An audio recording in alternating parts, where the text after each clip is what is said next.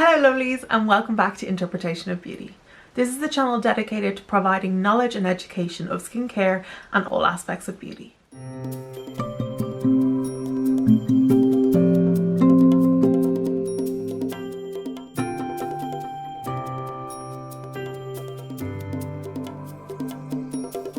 Today we're going to talk about dun dun dun. Oh, I'm really finding my groove in this. Dry versus dehydrated skin. So dry is a skin type. Skin types are something that just is inherently with the skin. Your skin produces sebum, which is the oil. A normal skin type will produce enough oil to keep your barrier healthy. An oily skin is where there's an overproduction of that sebum.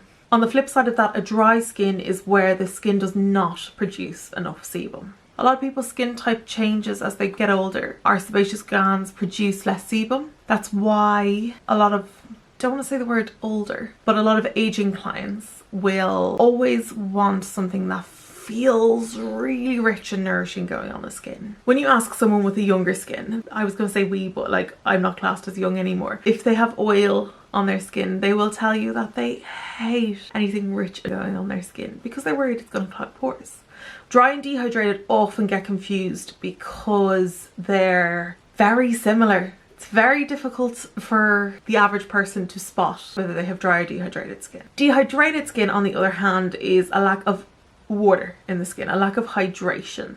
The skin can't actually produce its own hydration, its own moisture. We don't have water glands the same way we have sebaceous glands. Yes, technically we can get hydrated from the inside, but a lot of dehydration is due to what's happened on the outside of the skin. It's preventing water loss on the skin and hydrating from the outside. Dehydrated skin is a skin condition, so that's something that happens from time to time.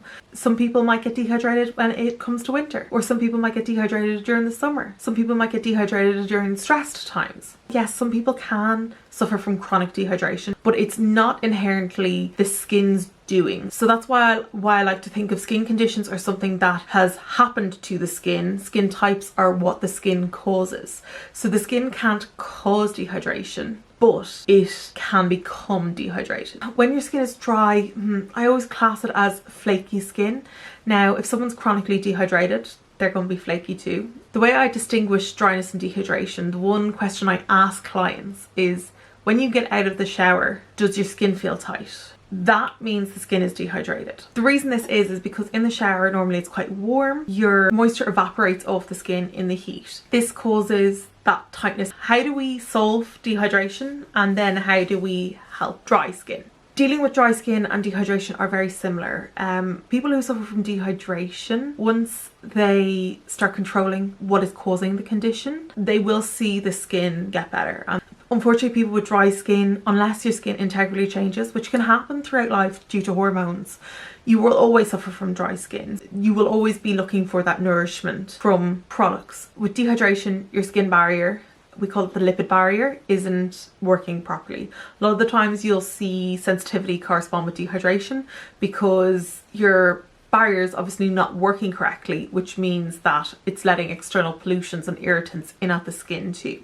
Your lipid barrier is composed of mostly 3 different lipids: your cholesterol, your ceramides, and your essential fatty acids. When your barrier isn't working properly, you suffer from something called transepidermal water loss, TEWL. What transepidermal water loss means is the water evaporates off the skin. So if I have an impaired barrier and I'm sitting in a car and there's heating on, all the water in my skin is going to evaporate off. I'm going to feel tight, I'm going to feel dehydrated. So in order for us to stop that transepidermal water loss, we need to build that barrier back up. If you have this lovely layer on the skin, your lipid barrier, when you're in a car with heating, when the water evaporates, it hits here, condenses, and goes back into the skin. A lot of the time when we have dehydrated skin, people recommend lactic acid, they recommend your hyaluronic acid, and they're really important to keep the hydration up in the skin, but there is no point putting expensive products with lactic acid and hyaluronic acid on your skin if your lipid barrier is impaired. You're just putting products on that's going to, yes, attract moisture to the skin,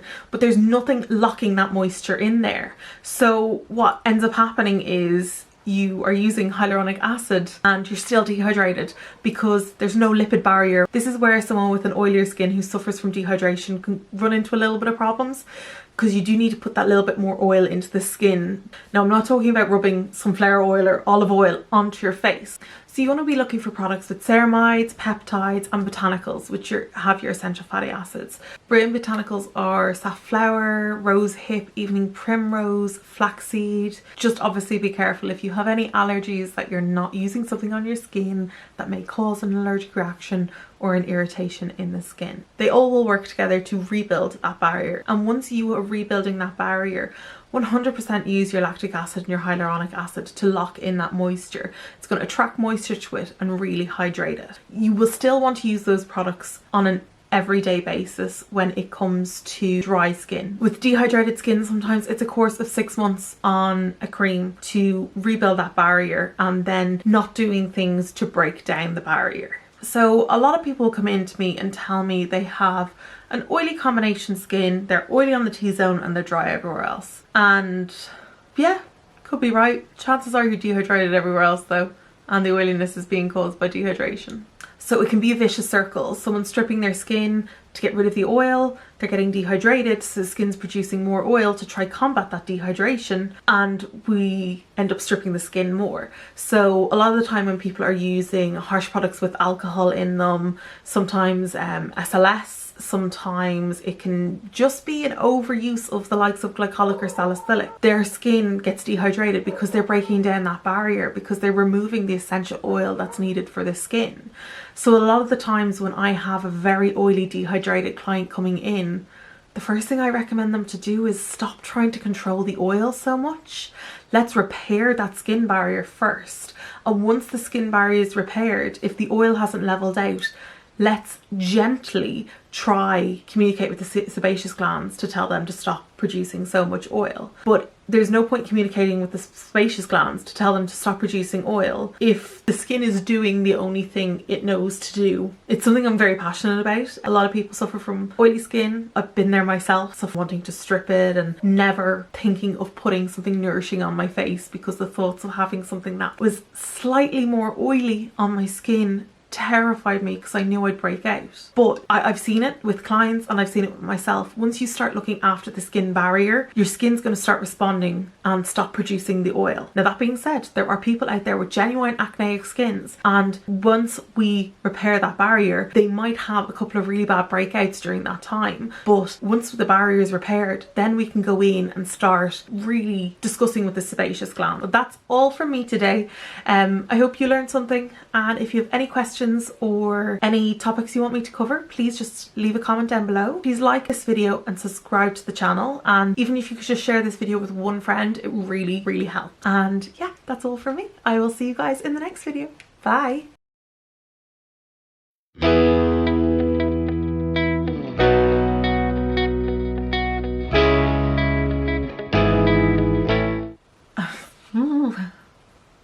Oh God.